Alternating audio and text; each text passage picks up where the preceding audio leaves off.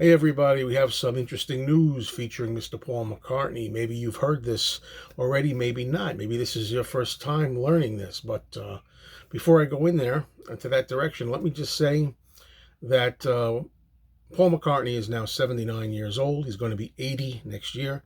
I think we're very lucky, us fans, to have him. I really liked his most recent album from last year at the end of the year, McCartney 3.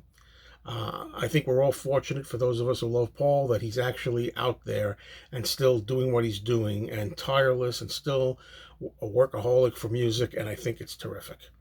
Having said that, I think he's starting to feel his age in some ways. I mean, when people get to be really older like that, they start really getting funny and the way they think of certain things and their views, and maybe get a little bit grousy, a little more even than they are. I mean, God, you all know me. I can be grousy, I can be whiny, but Paul, I don't remember Paul being like this. That's what I'm talking about. Paul's getting really weird as he's getting older.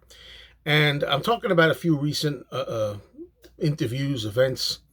Let's say, for example, recently the BBC interview where once again he had to reiterate, let everybody know, particularly during the period that we're in now where we have a Let It Be and the Get Back movie by Peter Jackson coming out. Let everybody know that, John Lennon was the guy who wanted out of the Beatles. And it wasn't me, it was him. And don't forget, he's the one who threw the Beatles out, kind of tossed John Lennon under the bus, so to speak. And then after that, he had this really bizarre headline that I read. I didn't see this article or read this article in context, but the heading said something to the effect of that Paul said, quote, paraphrasing here, the Rolling Stones were just a blues cover band. Well, that's just a lot of nonsense, at least certainly not as their career went on anyway. I mean, they were much more than that. So I thought, well, what's eating this guy lately all of a sudden? This is not like our Paul, so to speak. And now what this video is about, he's finally decided he doesn't want to sign autographs anymore. Now, a lot of people know that Ringo Starr in 2008 made an infamous video where he said, I'm warning you, no more autographs, with peace and love. Now Paul is jumping on that bandwagon, and I have strong feelings about autographs. I mean, it's not up to me to say, because let's be honest about it here. I know what you're all going to say. I know you're all going to give me this. It happens all the time. Yes, these people are under no obligation, really, no legal obligation, certainly, to sign for fans and do autographs. People say they don't owe you anything. I think it's kind of an unwritten kind of courtesy, personally, but I'll give Paul and Ringo, but we're talking about Paul here specifically. I give Paul a break because Paul has been signing autographs for 60 years, give or take, a few.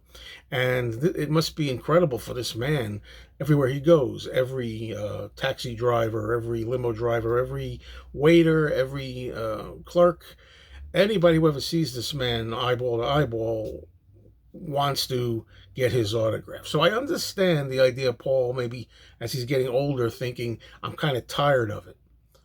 But that's not what concerns me here. What concerns me about it is Paul's words to Reader's Digest. He spoke to Reader's Digest, and the words he chooses to use really confuse me. He didn't just say, I feel I've done enough. I feel I kind of want to move on. I don't really want to do anymore. He didn't just say that. What he said is, and this is the quote from Paul. Paul says, quote, it always struck me as a bit strange. Here, can I write your name down on the back of this till receipt, please? Why? We both know who I am. Really, Paul? Really? So that kind of negates all your autograph signing for the past 60 years. How could you say such a thing? I mean, I understand you being tired of it, but for you to wonder why, it doesn't make any sense. It's strange. Why do you want my name? We know who I am. Why do you want my name? We both know who I am. You want me to sign this bit of paper? Why? Really, Paul? I mean, can you honestly say you don't know why, as one of the Beatles, as an idol, an icon to so many people, why they want your autograph? I mean, you were a fan once. You were a fan of Little Richard, of Elvis Presley. You got a real kick out of meeting people. I'm sure you wouldn't have minded an autograph. I mean, that's the only thing that gets me about this, people. What gets me is that not that Paul's decided he's not so interested in signing anymore, but the idea that Paul suddenly doesn't understand why. Why would anybody want an autograph? What's the point? What's the point? As you get older, sometimes memory fades and reasoning too at times. I just don't understand it. Surely you must know the Beatles and what you meant to people for so many decades, or why people want your autograph. And then he goes on to say also doesn't particularly understand or like the idea of taking selfie pictures with fans. He says he'd much rather have a conversation with them. Hey, you want to rather have a conversation, Paul? I'm all for that. I have a channel here, Mean Mr. Mayo. I'll talk to you for 5 minutes, 35 minutes, as long as you want. And believe me, it's not going to be all Beatles. It's going to be a lot of solo stuff. I'd love to talk to you. The thing is, I didn't realize you were so available. I didn't realize that you were so, willing to just meet people at will and have a discussion. I'll take a conversation anytime, but it's not really realistic. I mean, you can't have a chat or a real long discussion with all the fans all the time. And here's another quote from Paul about the selfies, why he doesn't like selfies. Quote, "What you've usually got is a ropey photo with a poor backdrop and me looking a bit miserable.